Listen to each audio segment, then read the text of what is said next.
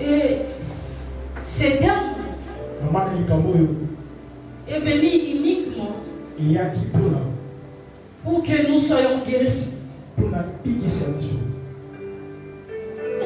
Tant que nous sommes des aveugles, ça veut dire en nous, nous sommes malades. Et nous avons besoin de la guérison.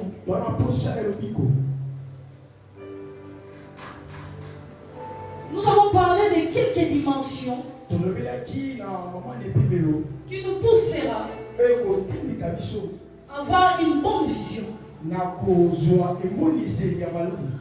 Si je ne me trompe pas, nous avons parlé de 4 visions, 4 dimensions.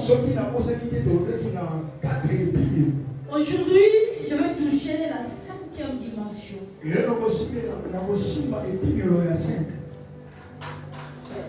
5e dimension pour avoir une bonne vision. C'est apprendre à voir loin.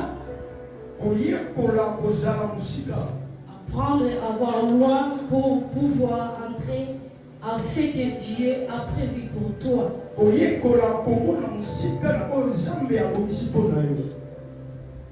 Lorsque tu n'apprends pas à aller loin, à avoir loin avec Dieu, ou aller dans les profondeurs avec Dieu, tu auras une vision à court terme. Comme ce matin, je ne sais pas ce que tu es en train de vivre. Mais là, nous rentrons dans notre verset de base. Quand Jésus a guéri l'aveugle-né,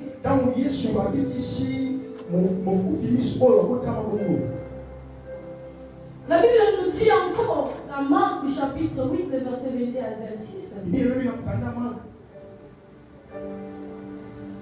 que quand Jésus a touché pour la première fois cet aveugle, cet aveugle voyait flou. Pour dire aujourd'hui, il y a beaucoup de gens qui souffrent de la maladie de la perception. Qui veut dire en d'autres termes,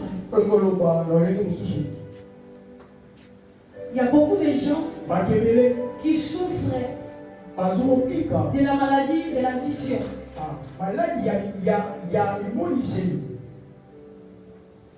Il faut que Jésus nous guérisse ce matin.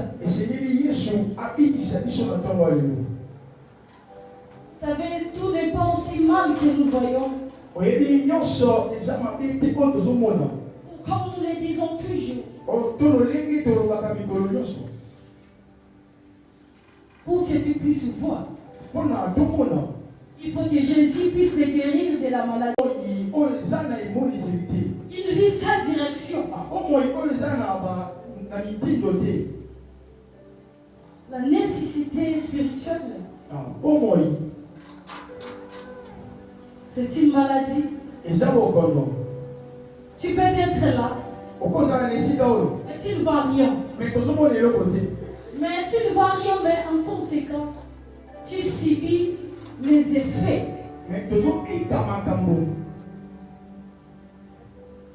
Tu fais que subir les conséquences de cette maladie, de la cécité spirituelle. Vous savez, comme cet aveugle, la Bible dit, quand Jésus lui a touché, il voyait tellement flou. Et quand Jésus lui a guéri, il a commencé à voir. Vous savez, une personne qui souffre de la cécité spirituelle, c'est une personne qui a des conséquences de la stagnation. En d'autres termes, l'absence de la croissance. C'est une personne qui a en lui La dépendance aux autres. Une personne, on peut même demander qu'est-ce que tu vois? Quelle est ta vision des choses? Comment tu vois les choses? Mais la personne est incapable de définir une vision qu'il a pour sa propre vie. Même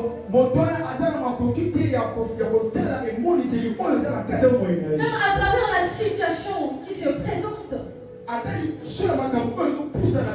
personne est incapable de nous donner sa vision des choses.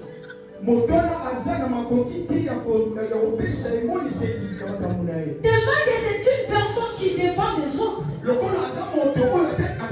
Il suffit seulement qu'une autre personne donne son avis. Et vous allez voir, la personne va dire non.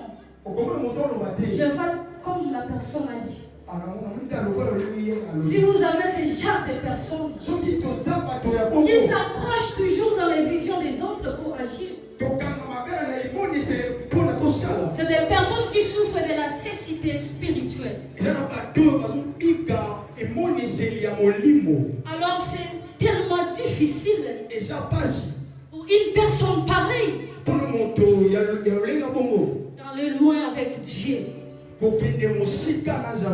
Parce que la personne en réalité, la personne est sans position. Donc la personne peut changer du jour au lendemain, il peut changer de couleur à tout le temps.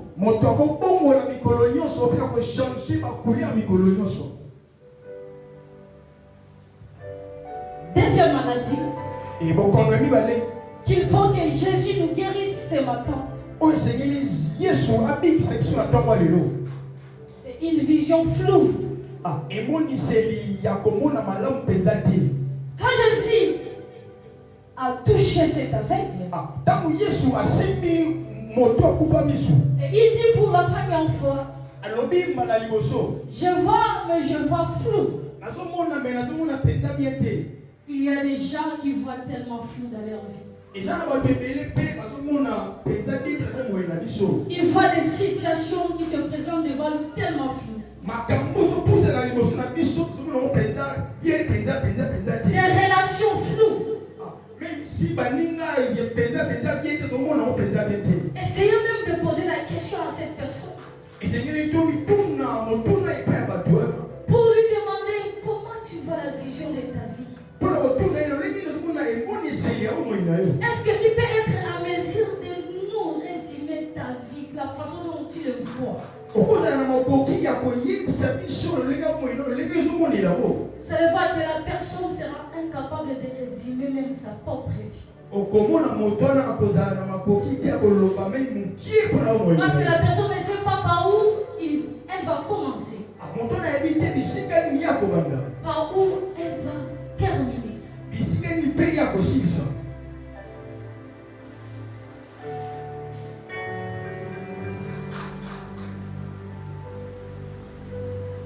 Vous savez, des personnes qui ont une vision floue, ils ont l'impression que ce qu'ils voient, c'est ça la réalité des choses. Mais en réalité, ça peut être ou semble pas ce que tu vois.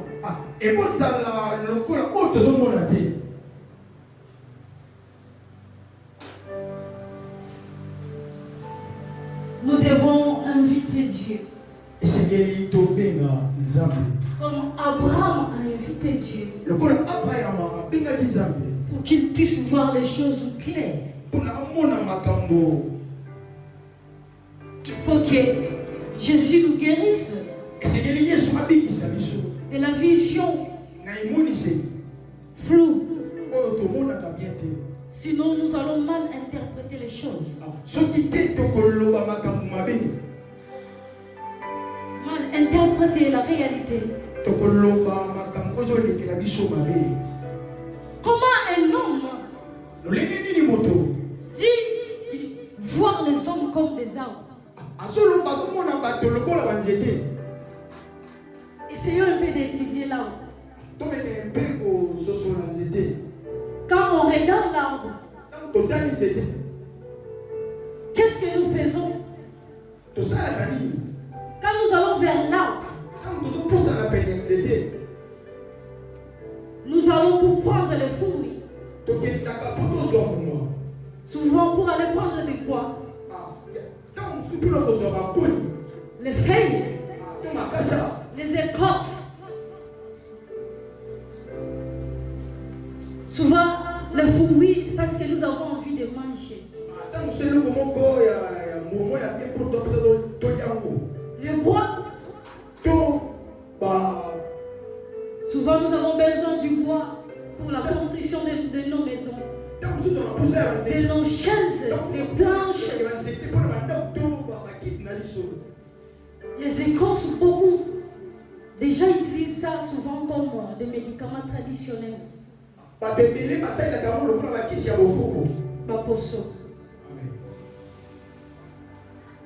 Comme des médicaments traditionnels. Alors une personne qui a une vision floue, c'est une personne qui se sert des autres et qui n'apporte rien aux autres. Il vient comme parce qu'il voit une personne comme un homme. Il vient acheter des choses. Il s'approvisionne. Mais en retour, c'est des personnes qui n'apportent rien.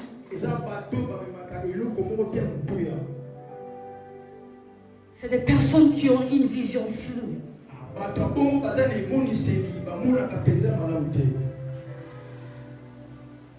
Lorsque tu as une vision floue, tu feras aussi des choix flous.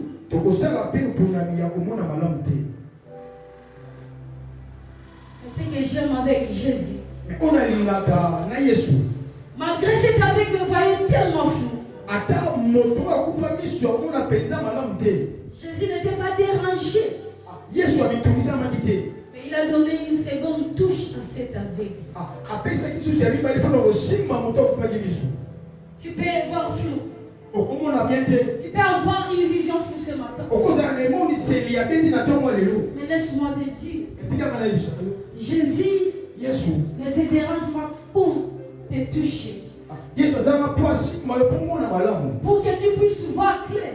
Il est capable de te toucher. Même une seconde fois pour que tu puisses être guéri ce matin.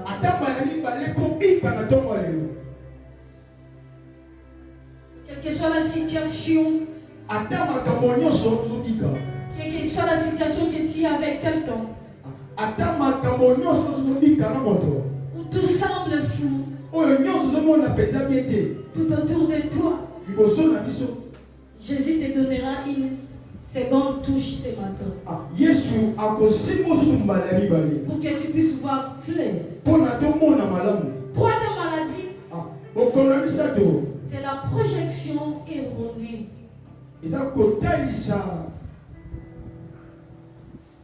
En quelque sorte, se voir les choses avec les blessures du passé.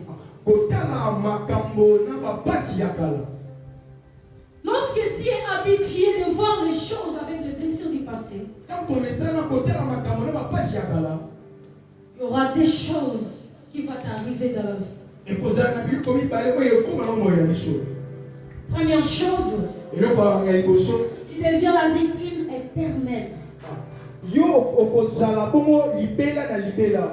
Deuxième chose, tu deviens l'agresseur éternel.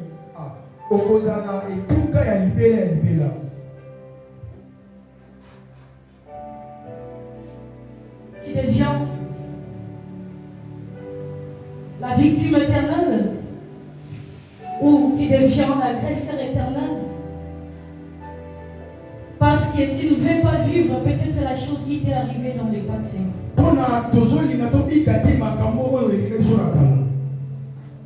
Peut-être que dans le passé on a pris avantage de toi.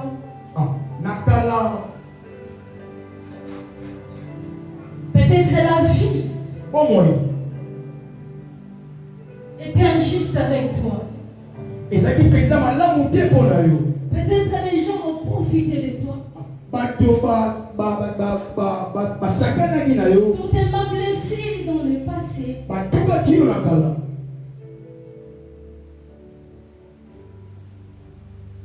Et tu ne veux plus que la chose qui t'est arrivée t'arrive encore dans le présent. C'est pour cela que vous allez voir la personne à chaque occasion de situation, la personne hyper réagit.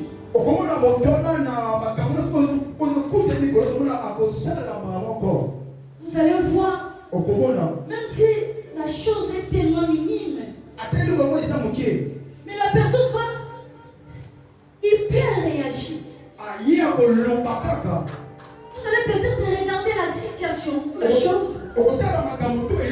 Vous allez vous dire, mais cette chose est tellement minime qu'elle peut juste laisser aller. Mais vous allez la faire, la personne va aggraver la chose. Elle va rester tenace. Elle va chercher à être victime, à agresser les autres. Uniquement parce que la personne croit qu'on va l'agresser en retour.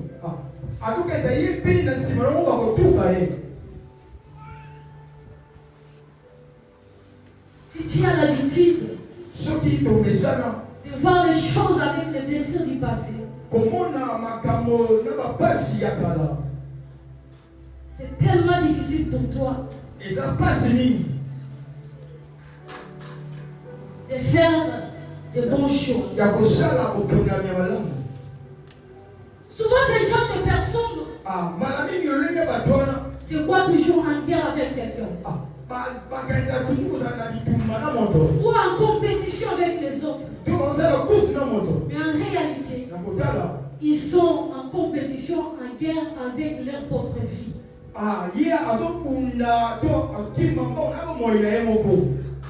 Uniquement parce que tu as la perception erronée.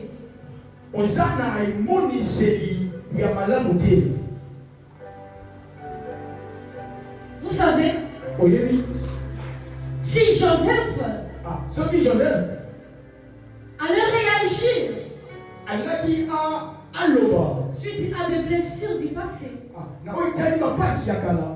il n'allait pas seulement détruire la vie de ses frères, mais il allait aussi détruire sa propre vie.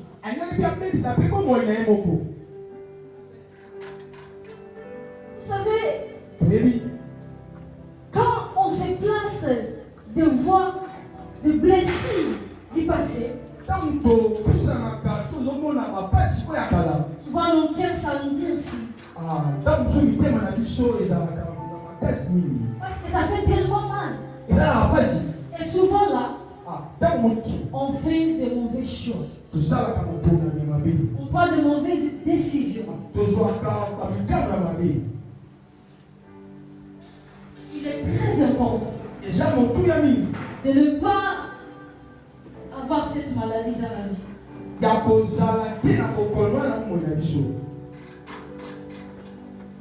Joseph ne savait même pas que suite à des blessures du passé, il devait apporter la délivrance aux autres peuples. Il allait épargner les gens de la famille.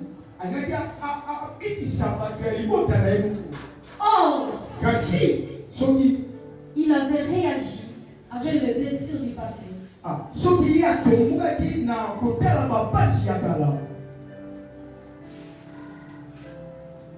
ses frères n'allaient pas être délivrés.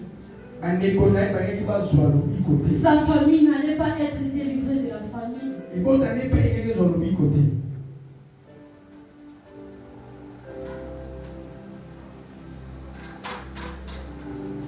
Ce n'est pas parce que tu as été blessé blessé. Qui à chaque fois, on va commencer à te blesser.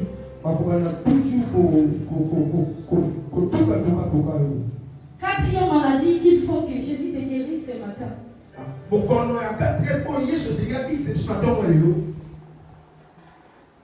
Avant que je puisse toucher quatrième, je vais toucher une parenthèse.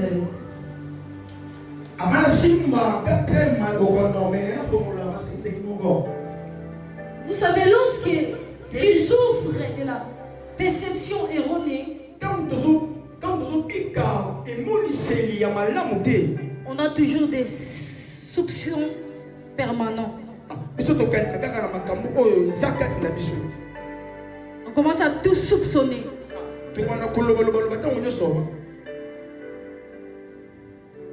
Et des fois, on a peur même d'aimer. Il y a un blocage émotionnel. On a l'impression que soit les autres vont venir nous agresser, ou ils vont prendre avantage de nous.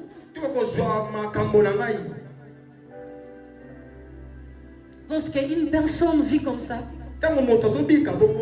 c'est une personne qui vit avec les stress permanents dans sa vie.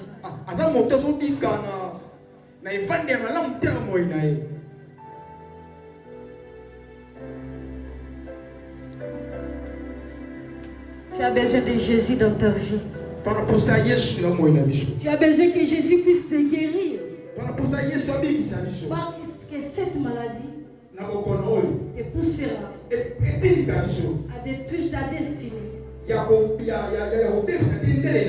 détruire aussi les destinées des autres. Quatrième maladie, c'est l'illusion spirituelle.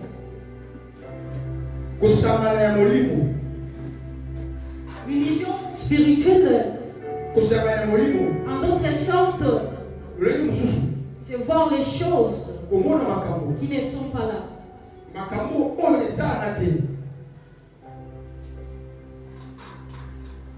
Vous savez, aujourd'hui, l'Église souffre tellement de cette maladie. L'Église a un sérieux problème avec cette maladie. De l'illusion spirituelle. Parce que tout le monde voit les choses, même si les choses ne sont pas là. Il suffit seulement qu'une personne rêve pour avoir un songe. Et la personne vient, croyez que la personne vient pour qu'on puisse interpréter par exemple le rêve. Mais la personne vient lui-même déjà avec la réalité des choses. Quelle que soit l'interprétation qu'on lui donnera, à lui il y aura des doutes. Tu peux voir la personne qui vient et dit j'ai rêvé, je vis un homme vêtu en blanc. La personne, il y avait de la lumière tout autour de lui. Et la personne qui s'est dit non, je vis Dieu.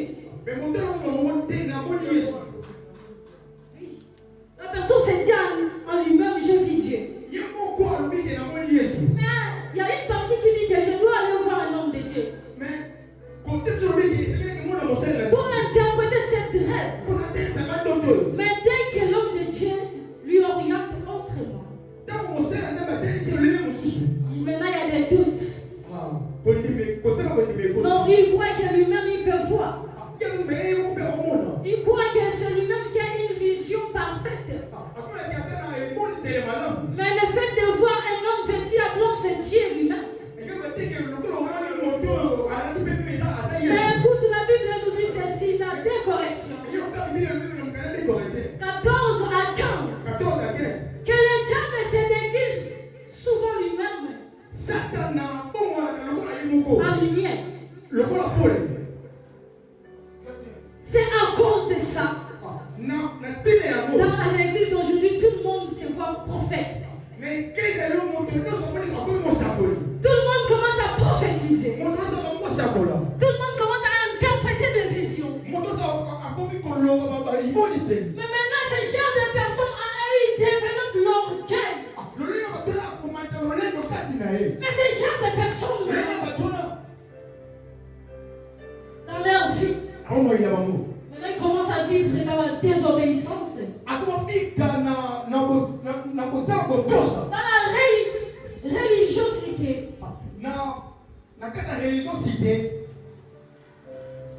Or, la religion. Or, le principe des religions.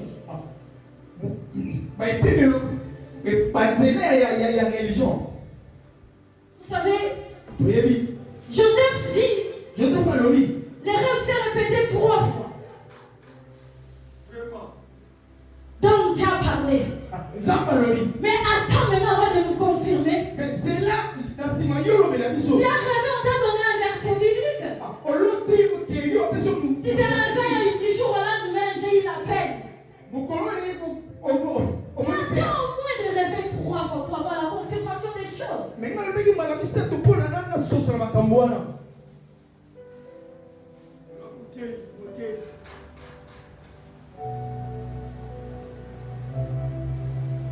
Attends au moins la confirmation des choses. Qui t'a dit que quand tu pries, le diable ne viendra pas te visiter. La Bible dit, que Jésus après jeûné 40 jours, 40 nuits. Le diable s'est approché pour le tenter. C'était uniquement avec des paroles de la Bible. Mais toi, encore d'un verset biblique, tu as déjà eu l'appel de Dieu.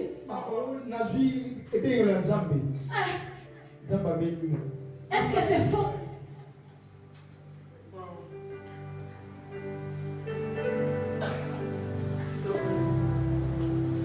Quand nous souffrons de l'illusion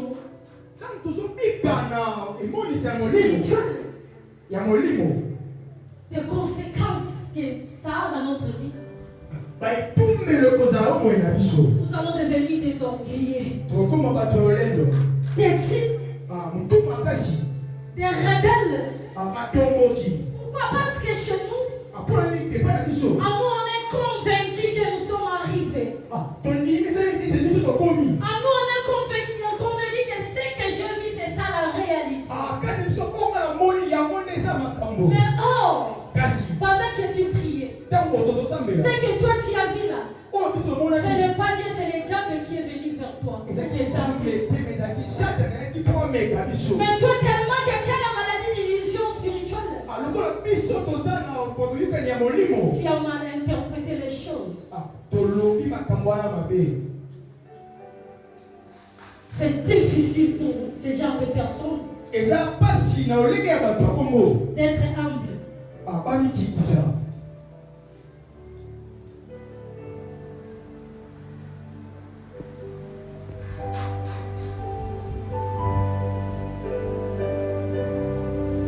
Ce genre de choses, c'est ce qui fait que tu n'avances pas.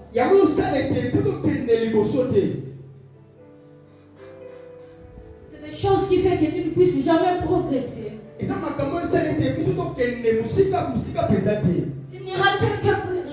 n'iras nulle part avec cette maladie. Et aujourd'hui, sur les 4 maladies que je viens de citer,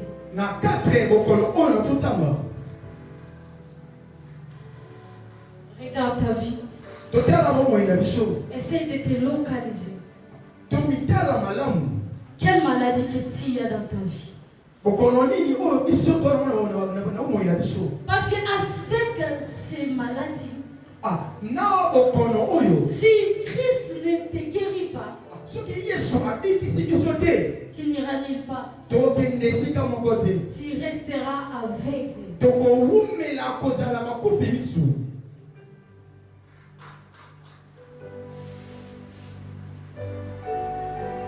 Vous savez, pour être guéri de l'aveuglement, il faut que tu puisses avoir en toi la nature de Dieu.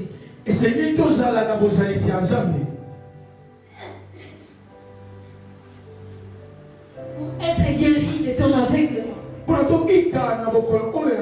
tu dois manifester en toi l'image du Christ.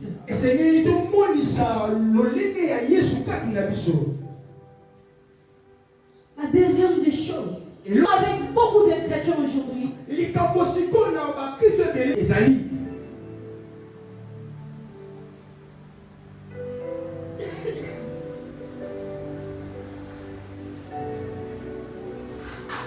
tu veux être guéri.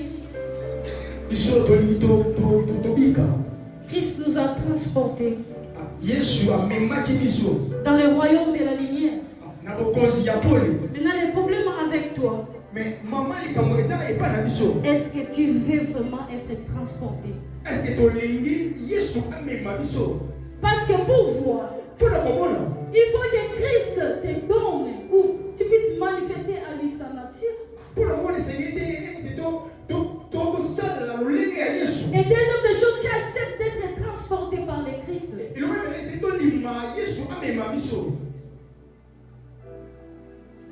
Vous savez, tous les aveugles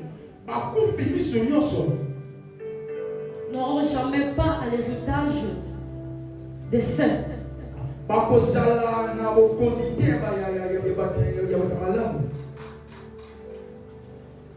Le problème avec l'église aujourd'hui,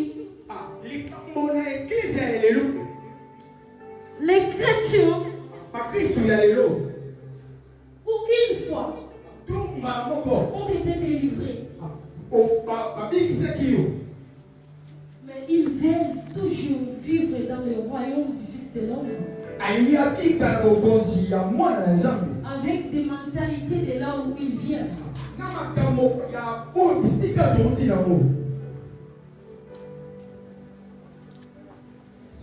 Beaucoup de chrétiens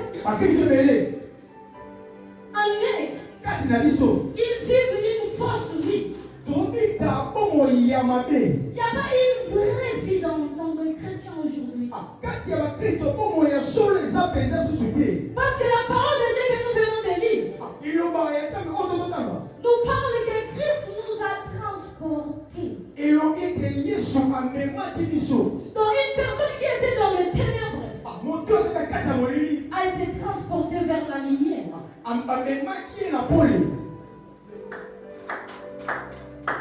Mais maintenant toi, qui as accepté cette transportation, mais tu veux vivre toujours avec les mentalités de là où tu viens. Mais comment veux-tu qu'en toi tu puisses manifester l'image du Christ?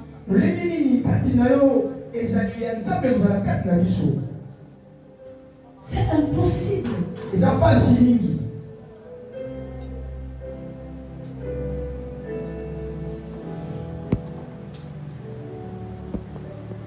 Tu menais une vie horrible.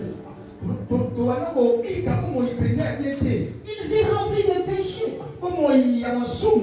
Une vie qui ne plaisait pas à Dieu. Mais un jour, tu as été délivré.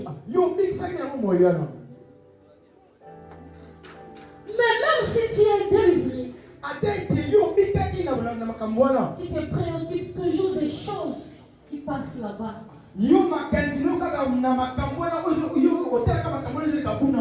Pourquoi nous venons à l'église? Nous ne venons pas à l'église pour amener la vie du monde dans l'église. Nous ne venons pas à l'église pour prendre les choses de là, pour venir s'aimer ça dans l'église. Nous venons à l'église pour qu'on nous apprend notre vraie vie, en nous enseignant la parole de Dieu.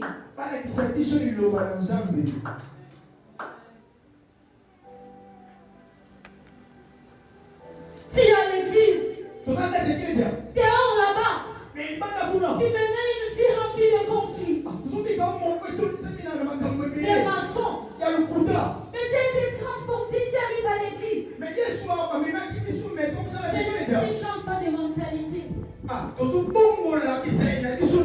savez ce qui arrive avec les chrétiens d'aujourd'hui? Si je peux comparer les chrétiens d'aujourd'hui, je les vois comme des quinois. Un quinoa qui a l'air de vit sa propre vie comme une personne qui était en France. Une personne qui parle de la France en détail.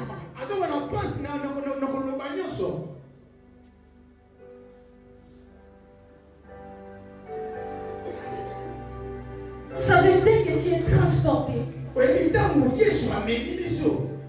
n'est plus de se préoccuper des choses qui se passent encore là-bas dans les ténèbres. Mais ce que nous devons nous préoccuper, c'est les choses qui se passent en Christ.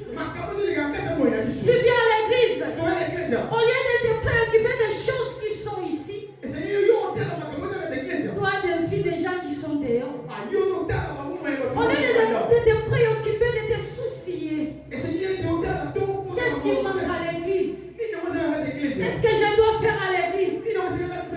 Qu'est-ce qui est abîmé pour que je puisse le remplacer? Pour que l'œuvre de Dieu puisse aller de l'avant. Mais non, là tu ne te préoccupes pas. Ça ne te regarde même pas. Seulement les choses du dehors qui est le centre de ta vie. Mais comment veux-tu voir? Vous savez, il y a une chose pour que tu puisses bien voir ou bien demeurer ou vivre ta vraie vie. Vous savez, c'est une chose qu'on appelle en toi l'intégration.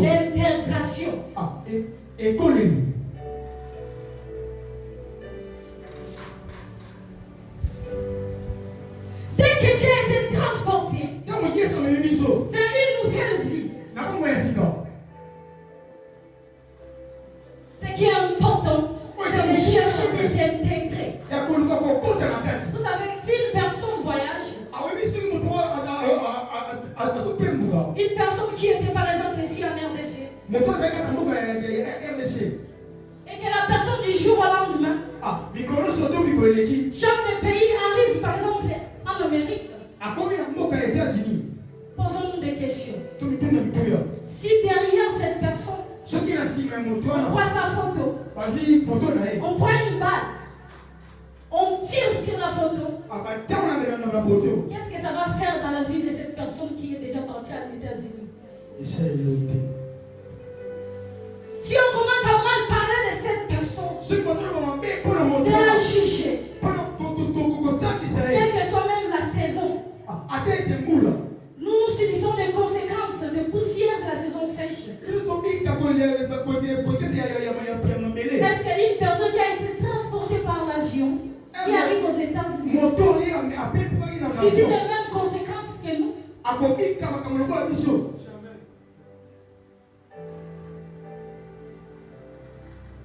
Est-ce que cette personne sera encore victime des embouteillages qui se passent à Kinshasa? Alors pourquoi toi, qui a pris l'avion qui s'appelle Jésus-Christ, mais tu te préoccupes toujours des choses qui se passent derrière? Mais quand Christ te transporte, il te change du milieu. Ça veut dire que toi aussi tu dois changer. Tu dois chercher à t'intégrer. Parce qu'une personne qui va aux États-Unis, la personne va chercher à s'intégrer. Si on parle à la personne, ici nous marchons à droite. Si la personne cherche à marcher à gauche, la personne sera refoulée. La personne sera interpellée par la justice. Et alors toi qui changes de lieu, pourquoi tu essayes de marcher seulement avec des lois du passé?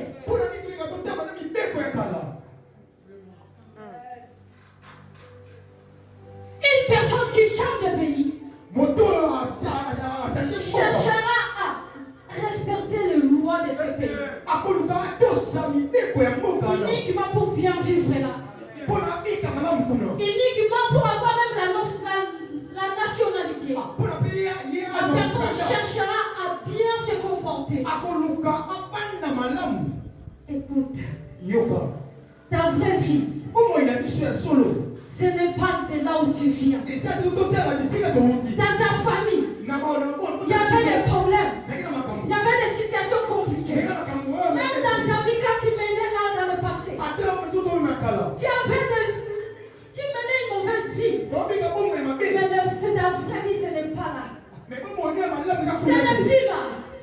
Ta vraie vie, c'est le jour où tu acceptes que tu le sois. Seigneur Jésus, ton Seigneur est sauvé.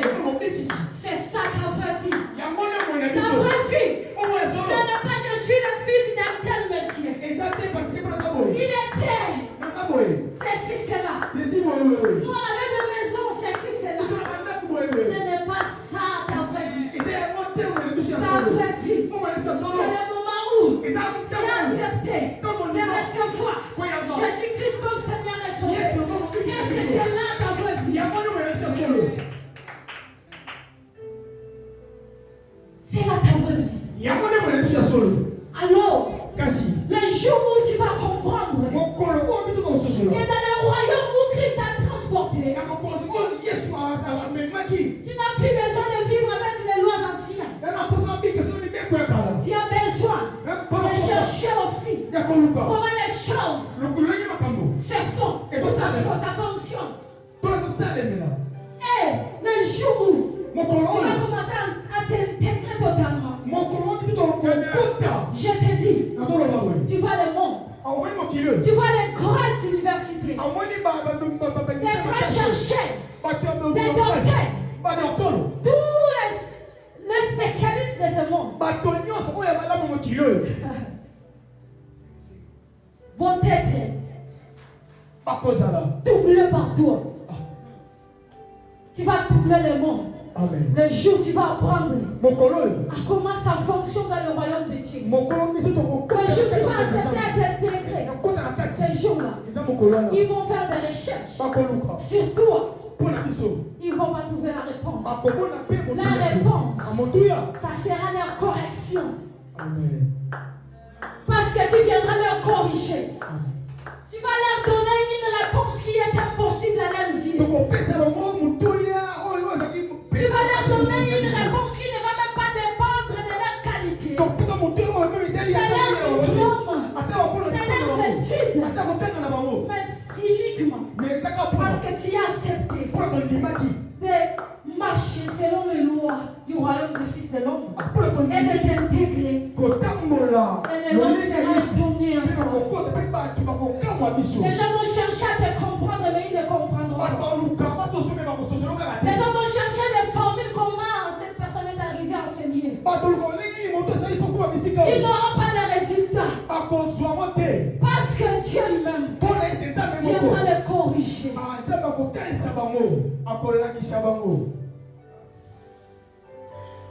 Vous savez, une personne que Christ a transportée, c'est une personne qui aime le royaume de Dieu. Tu ne veux pas dire que je vis dans la lumière. Mais tu as été délivré un jour. Un jour tu as dit que j'ai reçu Seigneur Jésus-Christ comme Seigneur et Sauveur. Mais pourquoi tu aimes le monde?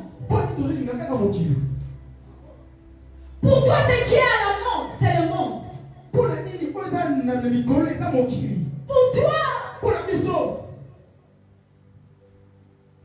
qui dit je suis dans le royaume de Dieu. Mais pour toi, ce qui est à la mode, c'est le périple. C'est des vêtements. C'est des choses. Mais écoute, le périple que tu vois ici, après une année ou 6 mois, il y a un autre qui viendra. On va expirer. Si ça ne sera plus à la mode. Mais regarde, on s'accroche dans ces choses, on voit que c'est ça la mode. Laisse-moi te dire, la mode, c'est le royaume des cieux. Aujourd'hui, le royaume des cieux sera à la mode.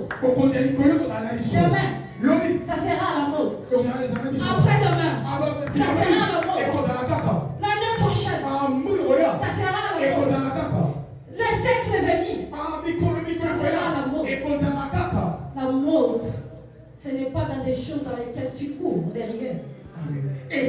royaume des cieux.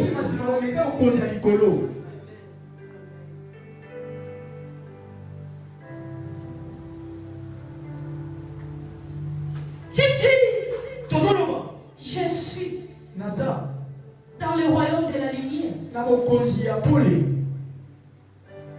Mais en toi, tu n'aimes pas voir les gens en paix. Mais en toi, il y a les mensonges. Là-bas, il y avait les mensonges. Ici, encore dans le royaume des cieux, les mensonges cherchent quoi?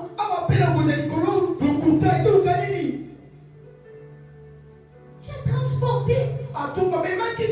Regarde, il y a des personnes qui croient ici. Parce qu'un avion était là moyen de transport. Tu peux aller. L'avion peut te transporter. Tu arrives à l'étranger. Tu ne réussis pas ta vie. Mais une personne qui est transformée par l'avion qu'on appelle Jésus-Christ n'échoue jamais. Ne connaît pas la défaite.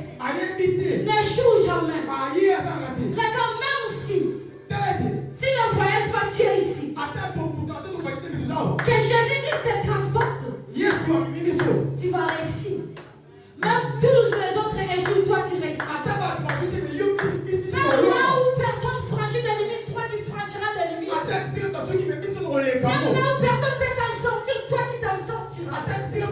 Donc ça veut dire une personne qui est transportée par Jésus-Christ, qui a la possibilité de chaque million ou bien il foule ses pieds, il va réussir. Cette personne va dominer.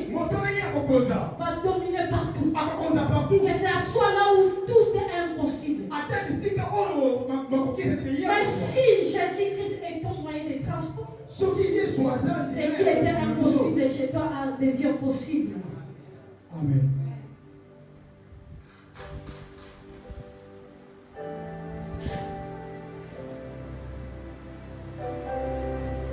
Respect des lois. Respect des lois du royaume de Dieu. C'est très important. Ça fera en sorte que tu puisses voir clair. Parce que là tu vis dans la lumière. Et tu es un héritier du roi. Vous savez comment les choses ça se passe là. Aujourd'hui je ne vais pas entrer en profondeur, mais si Dieu nous donne l'occasion, je cherche un jour, on va parler en profondeur. C'est les personnes qui vivent maintenant selon le roi, les lois de ces royaumes. Vous savez, dans ce royaume, les centres de tout, toutes les choses que nous avons, l'argent, le travail, les enfants, la maison, revient au roi.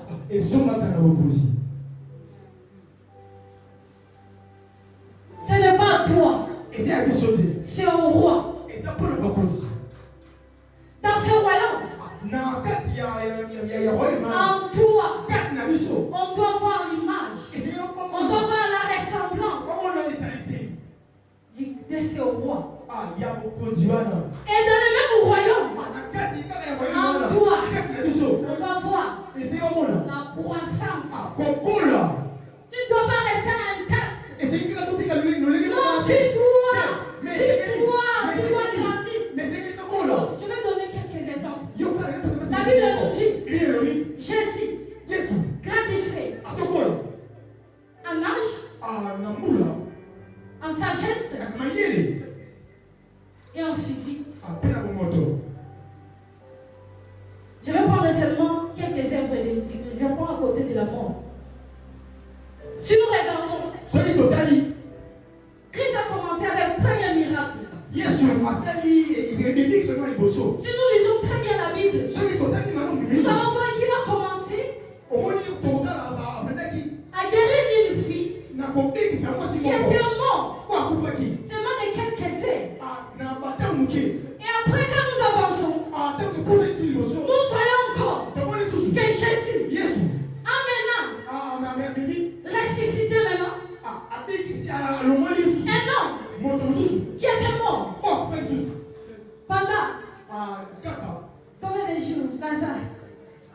4 jours. Mais maintenant, à la fin, quand il est mort, lui-même, il est descendu. Quand il est monté avec tous les morts des années. Ça veut dire même dans ses œuvres, il grandissait. Mais maintenant, toi, qui dis que je suis un serviteur, je suis un enfant de Dieu, qui dit, je suis l'imitateur du Christ. Tu as dit à quoi? Depuis que tu es stationné quelque part, tu ne veux pas grandir. Où est ta place dans le royaume des cieux? Depuis que tu es là, tu es venu, tu es incapable d'aller évangéliser, de gagner 2, 3, 4 âmes. Depuis que tu as gagné un âme, tu es stationné là. Où est ta part dans le royaume de Dieu? Les aveugles n'auront jamais de place dans l'héritage du roi. Nous devons grandir en tout. Vous savez, ces maladies que nous venons d'énumérer ici nous empêchent de voir la grandeur de Dieu, de voir la gloire de Dieu. Parce que la prière qu'un chrétien doit faire, Père, ouvre mes yeux pour que je voie ta gloire. Uniquement ta gloire. C'est pour que je vois la bénédiction que tu m'as donnée, les enfants que tu m'as donnés. Et c'est pour cela. Tu crois que le travail que tu as, c'est pour toi. Et tu crois que les enfants que tu as pour toi, ça n'est pas pour toi. Les jours que tu décideras de retirer tes enfants, tu resteras bénéfique. Les jours où tu décideras de prendre ce travail, tu resteras bénéfique. Et pourquoi? Toi qui étais là devant Dieu, je t'ai donné un travail.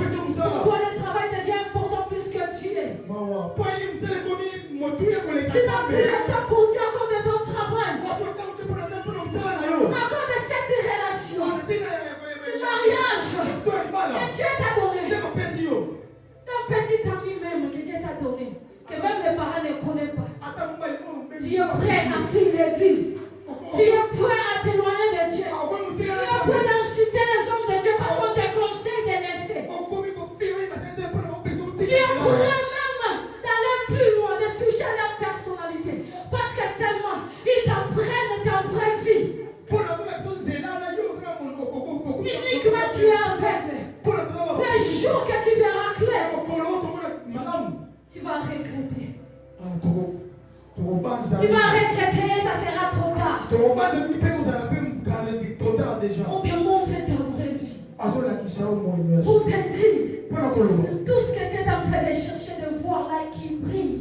Ce n'est pas ça la vraie vie. La vraie vie a seulement Seigneur Jésus-Christ. Comme ton Seigneur est sauvé. Chaque instant dans ta vie. Ce n'est pas seulement un moment aujourd'hui. Et dès que tu tournes les dos, tu changes comme un caméléon.